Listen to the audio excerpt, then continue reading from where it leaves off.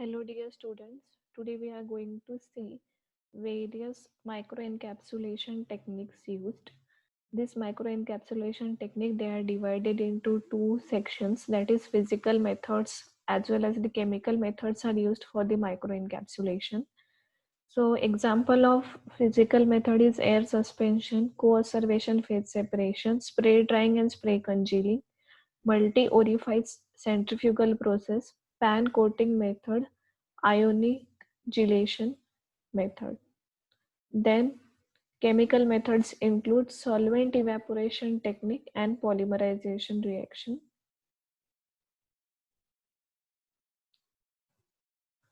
So this is also one of the classification.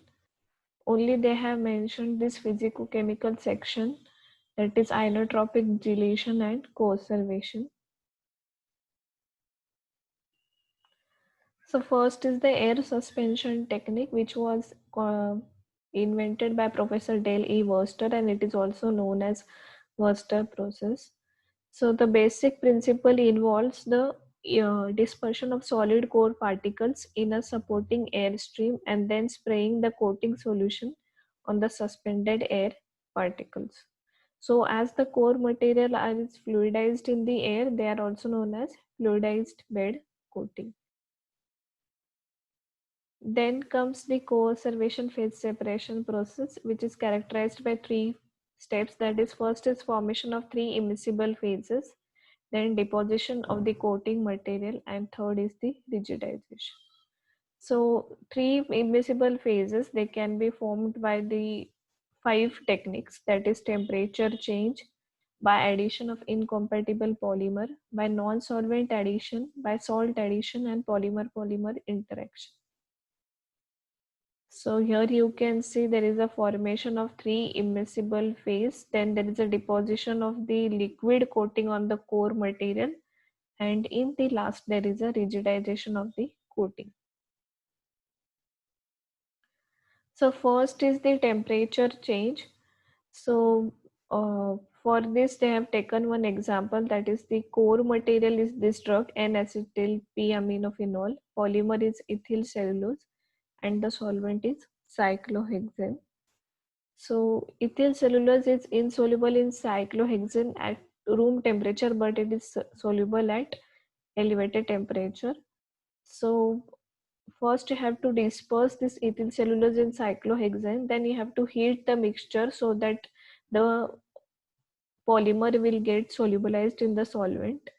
Then you have to add the core material with stirring, and when you will cool the mixture at room temperature, the dissolved ethyl cellulose will precipitate out and get deposited on the surface of the core material, and slowly more reduction in temperature will cause the rigidization of the coating. So just filter it and collect the micro capsules. Then comes incompatible polymer addition. So select a polymer, incompatible polymer. Now here the incompatible polymer is polybutadiene to ethyl cellulose, and the core material is methylene blue chloride. So first I have dissolved ethylene cellulose in toluene to produce the solution. Then I have added the core material. After that, incompatible polymer is added. So this toluene, it has more affinity to polybutadiene, so it will get attracted towards this polybutadiene, and the ethyl cellulose, which was soluble in toluene, it will get precipitate out. So addition of hexane will solidify the coating, and you will get the microcapsule. Then non-solvent addition, that is the coating material is added in solvent, then core material is dispersed in that solution, then you have to heat the mixture, and when you will add a non-solvent, the coating solution, okay, whether the solvent, it will get dissolved in this non-solvent, so no solvent will be available for the coating polymer, it will precipitate out. So cool slowly up to room temperature, and there will be a formation of micro capsule. Then comes salt addition. So first you have to prepare an emulsion, that is oil soluble vitamin. You will dissolve it in oil and then emulsify it with the polymer, that is the gelatin solution. So when you will add this salt, that is the sodium sulfate solution, the water will get attracted towards this salt, and the gelatin which was solubilized in this water will precipitate out and form the microcapsules. So more rigidization can be done by addition of more and more sodium sulfate. So you will get the microcapsules. So filter it, wash it, and spray dry it. Then comes polymer-polymer interactions. So two polymers are used, positively charged polymer and negatively charged polymer. So these two on a particular pH, they interact in water to form a polymer-rich phase complex coacervate. So dissolve core material in the first polymer, then add the second polymer, adjust the pH. So these two polymer will form a complex coacervate which will come out. Then when you will cool it to the room temperature, you will get the microcapsules. Again cool to 70 degrees Celsius, treat it with glutaraldehyde, you will get the dried microcapsules which is having rigidized coating. Then here also you can see polymer-polymer interaction is there, oil plus gelatin solution, then emulsify it, then add gum arabic solution, adjust the pH which will initiate the formation of complex, so which will precipitate out and you will get the microcapsules. Then comes spray drying or spray congealing. So in this, the approximate size range obtained is the, you can say 5 to 600 micron meter. So in this process, dispersing the core material in the coating material solution and then to the treating it to environmental condition where rapid solidification occurs. So main difference between the two is the coating solidification in spray drying is affected by the evaporation of the solvent, while spray congealing, the solidification is affected by thermally congealing a molten coating material.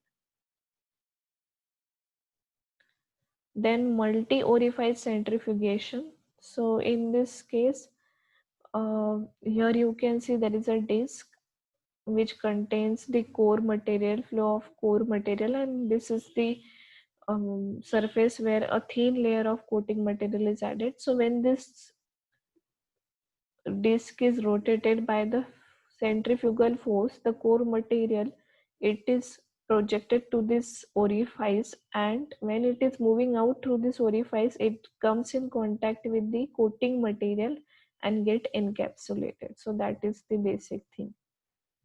So centrifugal force is applied on the core material by the enveloped microencapsulated membrane. So this is all about the multi-orifice centrifugation. Then comes pan coating, which is mainly used for the solid. So medicaments usually used for coating, they are coated on the substrate such as sugar syrup to prevent the lump formation, and then coating material is applied. So to remove the coating solvent, warm air is passed. That is a normal coating process is carried out. Then ionotropic gelation method. It involves interaction of ionic polymer with oppositely charged ion to initiate the cross-linking.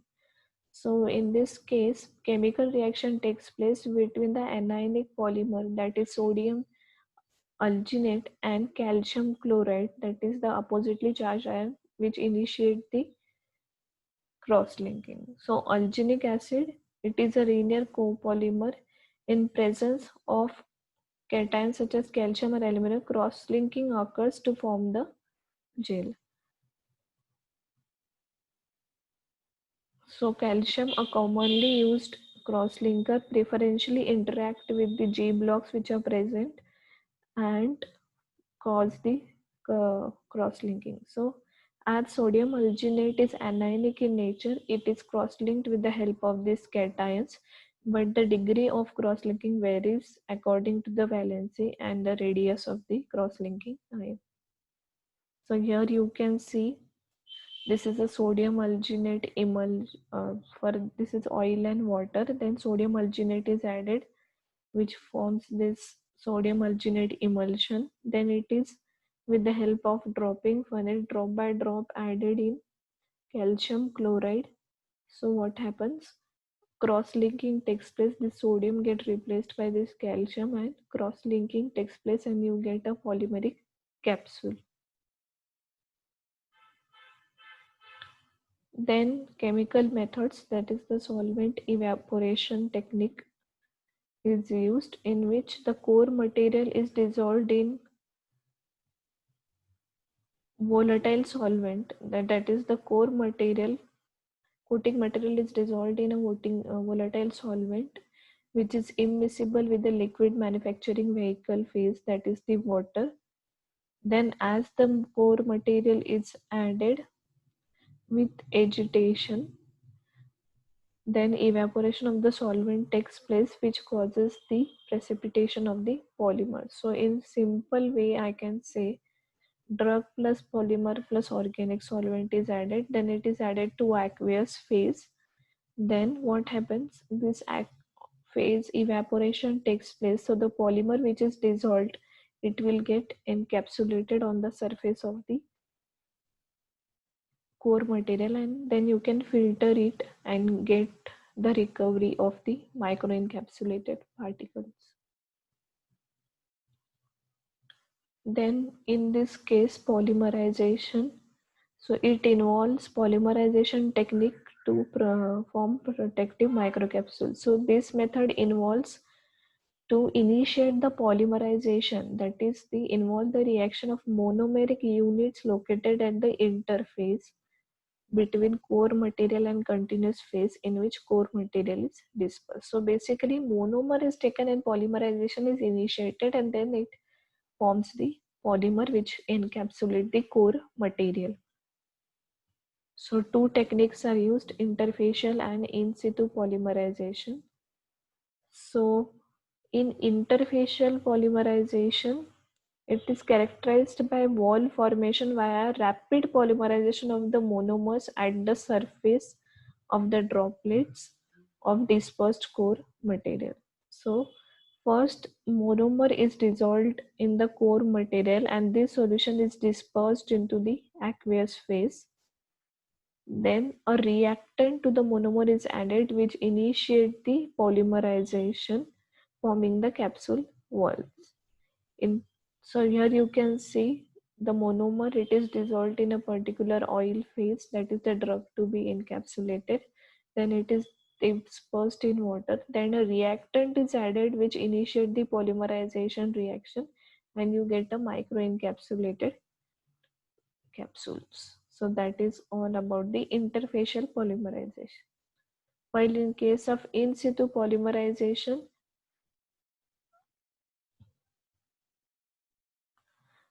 no reactive agent is added to the core material. It starts within the continuous phase, and then it gets deposited at the interface. So in situ means within the system only polymerization is initiated, no external agent is added. So here you can see they have just modified the pH, and because of which the polymerization reaction is initiated, and you get a suspension of microcapsules. Then novel methods include rapid expansion of supercritical fluid. So coal and sheet material are maintained at high temperature, and then it is released at atmospheric pressure through a small nozzle. So sudden drop in pressure causes dissolution of the same material. So here you can see the supercritical fluid is used to dissolve both, that is the active ingredient and the coating material.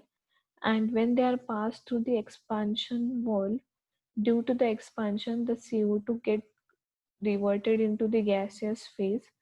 So whatever the dissolved active ingredient and core material, it will precipitate out, hence forming the microcapsules. So here also you can see polymer, then the drug is there, and this, okay, then they are dissolved. When the atmospheric pressure is increased, the CO2 or the supercritical fluid get removed and you get a microencapsulation. Then vibration technology, it is based on ancient principle that a laminar liquid jet breaks up into equally sized droplets by superimposed vibration. So when you will supply a laminar flow of the liquid with a vibration, it get break up into equally sized droplets. So the parameters here are the frequency, velocity of the jet, and the nozzle diameter. And to prevent the coalescence effect, an electrostatic field is applied which prevents the coalescence of the droplet form. So as a result, these droplets don't hit each other and during the flight and will be spread over a large surface of gelation bath. Thus, it leads to the formation of monodisperse beads. So here you can see vibration is imposed. This is a laminar flow of the liquid where it contains the core material and the this is the coating material, and then vibrations are applied because of which droplets are formed, and to prevent the coalescence of the droplet, electrostatic field is applied. So here you get the proper microencapsulated bead. So students, this was all about the method of preparation of microencapsulation, or you can say microencapsulation technique.